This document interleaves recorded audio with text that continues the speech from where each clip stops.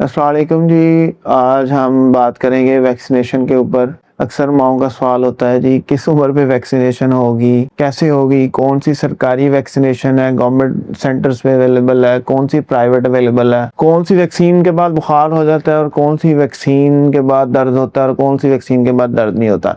चले हम शुरू से आपको बताते हैं। ये ज़रा ये देखिए, ये वैक्सीनेशन स्केड्यूल है। सबसे पहली जो वैक्सीनेशन जो अवेलेबल है, हम बात करेंगे सरकारी के अंदर या प्राइवेट सेक्टर्स में। बर्थ के ऊपर 3 लगती है, बीसीजी जिसको टीबी के लिए, हेपेटाइटिस बी की, ओरल पोलियो। उसके बाद दूसरा जो डोज लगेगी वो 1.5 मंथ पे, 1.5 माह पे लगेगी।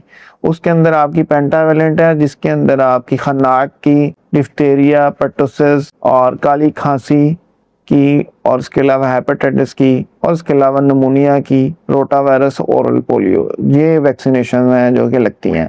ये जो वैक्सीन होती है ये पेनफुल होती है, जिसके बाद बुखार भी होता है बच्चे को 24 से 48 घंटे तक। ये सरकारी सेंटर्स पे अवेलेबल है। उसके बाद यही वैक्सीन जो है ये 3.5 माह पे लगती है, 2.5 माह पे लगेगी। पहली 6 हफ्ते या 1.5 माह पे लगेगी, दूसरी 10 हफ्ते या 2.5 माह पे, और तीसरी इसकी जो डोज है वो लगेगी 3.5 माह पे या फिर 14 हफ्ते के ऊपर।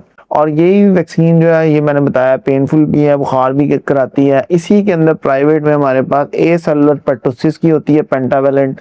वो कॉस्टली है, वो प्राइवेट में लगती है।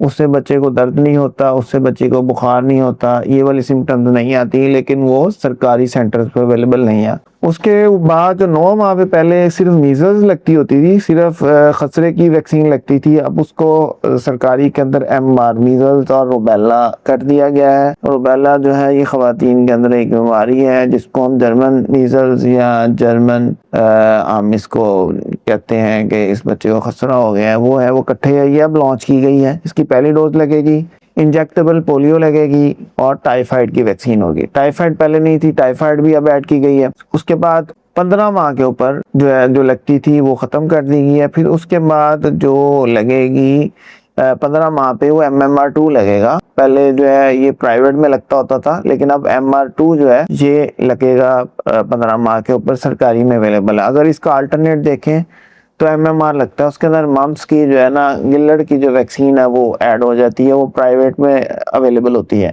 उसके बाद जो बूस्टर डोज लगेगी वो 18 माह पे लगती है इन सब की, जिसके अंदर आपकी पेंटावेलेंट भी आ जाएगी, न्यूमोनिया की भी आ जाएगी और ओरल पोलियो आ जाएगा। ये तो हम बात कर रहे थे वो जो कि अवेलेबल है सरकारी सेंटर्स पे EPI के अंदर।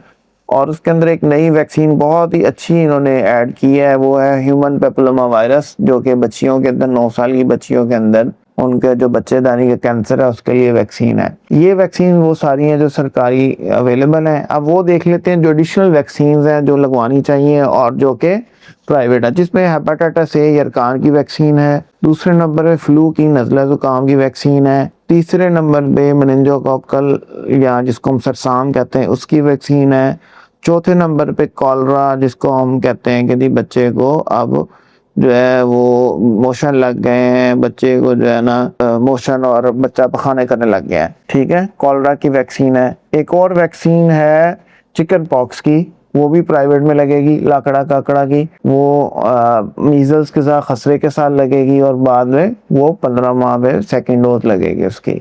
सिंगल डोज भी अवेलेबल है सेकेंड। तो ये सारी जो वैक्सीन हैं ये आपको स्केड्यूल बताया। इसमें से जो प्राइवेट वैक्सीन है वो हमारे पास भी अवेलेबल हैं। तो बाकी मालूमात चाहिए हो तो हमारा पेज भी लाइक करें, उस पर उसके ऊपर सारी इंफॉर्मेशन है। शुक्रिया।